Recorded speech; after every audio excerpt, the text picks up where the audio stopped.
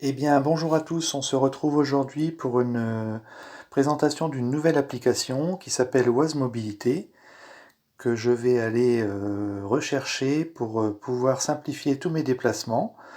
Donc, je vais vous montrer ça tout de suite.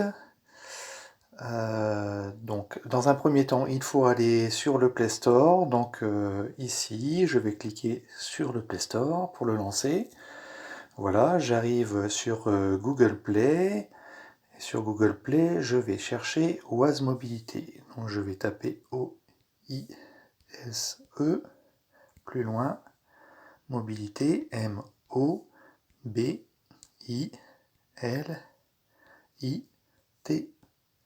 et le E. Donc voilà, ici donc on a l'application Oise Mobilité en dessous qui s'est proposée. Donc je vais cliquer ici, puis ensuite je vais aller sur Installer.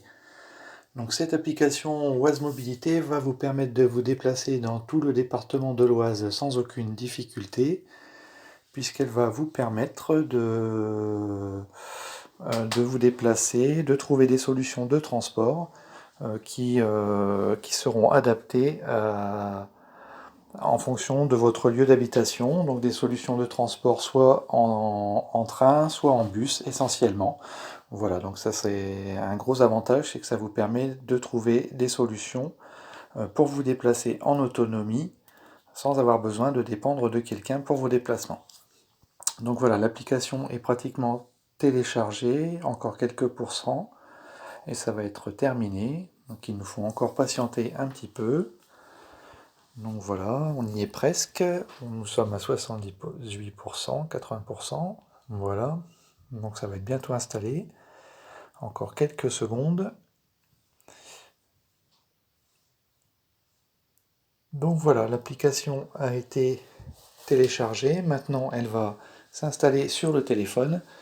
Comme vous allez le voir, la touche ouvrir va devenir verte, ce qui est le cas. Donc j'appuie sur ouvrir ici.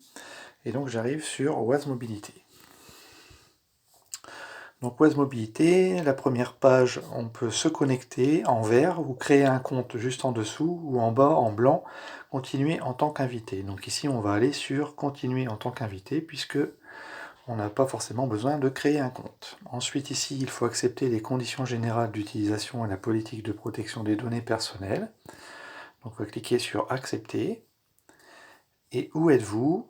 Donc ça permet d'activer la géolocalisation, c'est-à-dire le GPS de votre téléphone, pour savoir où vous vous trouvez et vous proposer les meilleures solutions de transport à partir de l'endroit où vous vous trouvez. Donc je vais activer la géolocalisation. Pardon. Donc ensuite, j'autorise le téléphone à mettre en marche le GPS.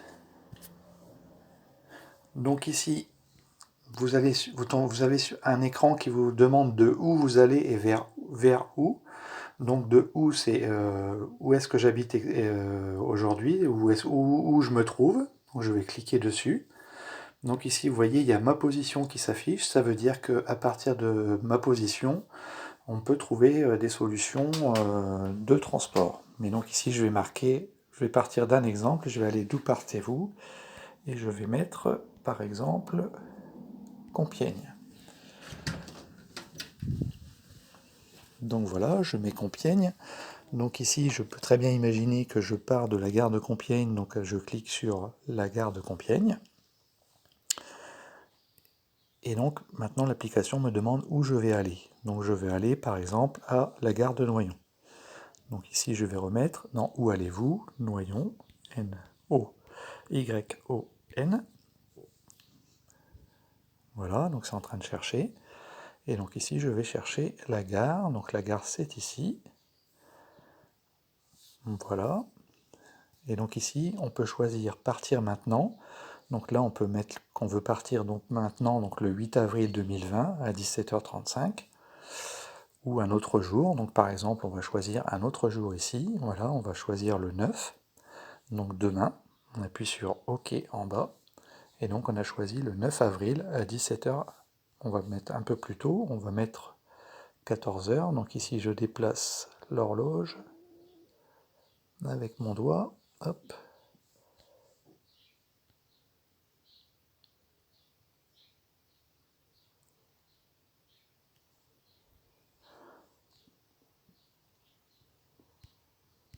va mettre... On va changer l'heure ici, ça sera plus simple. 14 heures. Voilà, et on appuie sur OK. Donc on est bien le 9 avril à 14 heures. On confirme que c'est bien le jour et l'horaire que l'on veut. Et donc ici, après, on appuie sur Rechercher. Et on va voir le nombre de trajets qui nous sont proposés. Donc si je veux partir demain, par exemple, à 14 heures, donc j'ai un... Si je pars à 14 heures, je peux prendre un premier train, puis un deuxième train qui met 1h19, donc ça met énormément de temps pour aller de Compiègne à Noyon, mais vous avez un autre train, par exemple, à 15h25, qui arrive à 15h38 à Noyon et qui met 13 minutes. Donc si je le choisis, je vais ici pour voir à quoi ça ressemble le trajet. Donc ici, on aperçoit en haut sur la carte le trajet de train. Et puis ici, vous avez les informations qui vous sont résumées. Donc on part à 15h25 de la gare de Compiègne avec un TER en direction de Saint-Quentin et on arrive à la gare de Noyon à 15h38 pour un trajet de 13 minutes. Voilà. Eh bien, écoutez, j'espère que ce petit tuto vous a plu et je vous dis à bientôt pour une autre vidéo. Au revoir.